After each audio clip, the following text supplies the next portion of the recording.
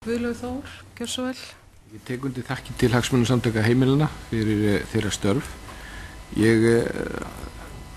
Þetta skamur tími sem við höfum og ég vildi bara spyrja út í það sem að ég tel að þið séu ósammála ráðherrann, og ég spurði talsmann neytenda hér áðan. Það annars vegar að ráðherra taldi að við gætum ekki verið með krónuna sem við verðum að hafa, hvort sem okkur líka betur verið næstu árin, nema að hafa verðtryggingu, og þá kannski bara rök ykkar gegn þeirri staðhæfingu, og síðan hitt hvernig þið sjáu það fyrir ykkur í framkvæmd að afnema verðtrygginguna, og þá sérstaklega aftur á bak, ef ég skil ykkur rétt að það sé stefna Hagsmunasamtakanna, og þá nefna kannski vaxtastig í því samhengi.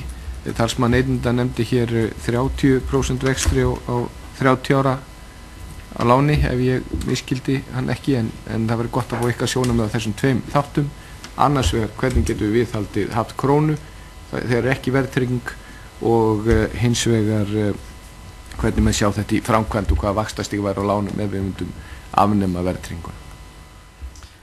Já, svo ég svaraði þessu að Hagsmunasamtök heimilanna líkt og talsmaður neytenda vill að verðtrygging sé numin af neytendalánum. Það er hvergi í heiminum boðið upp á verðtryggð neytendalán nema á Íslandi, svo ég best veiti. Þannig að okkar barátta snýst það að afnema verðtryggingu á neytendalánum. Verðtrygging má vera á öðrum lánum eins og hver vill hafa. Þannig að við erum bara að tala um það að breyta hlutakerfisins. Við höfum verið talsmenn þess að trappa verðtrygginguna niður, þannig að setja þak, 4% þak, fara með það niður 3, 2, 1 og 0 á einhverjum árafjölda, og leið færa íbúðalánakerfið yfir í óverðtryggt kerfi, svipað því sem annars vegar í Noregi og hins vegar í Danmörku, sækja hugmyndir til Norðurlandana og vera með það.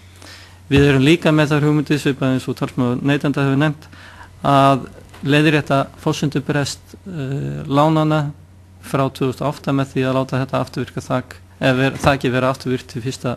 2008. Það mun þýða á bilinu 16–18% leiðréttingu á þessum lánum, og við teljum að það þurfi bara að finna leið til þess að gera það. Við erum ekki með hagfræðiteymi til þess að hjálpa okkur.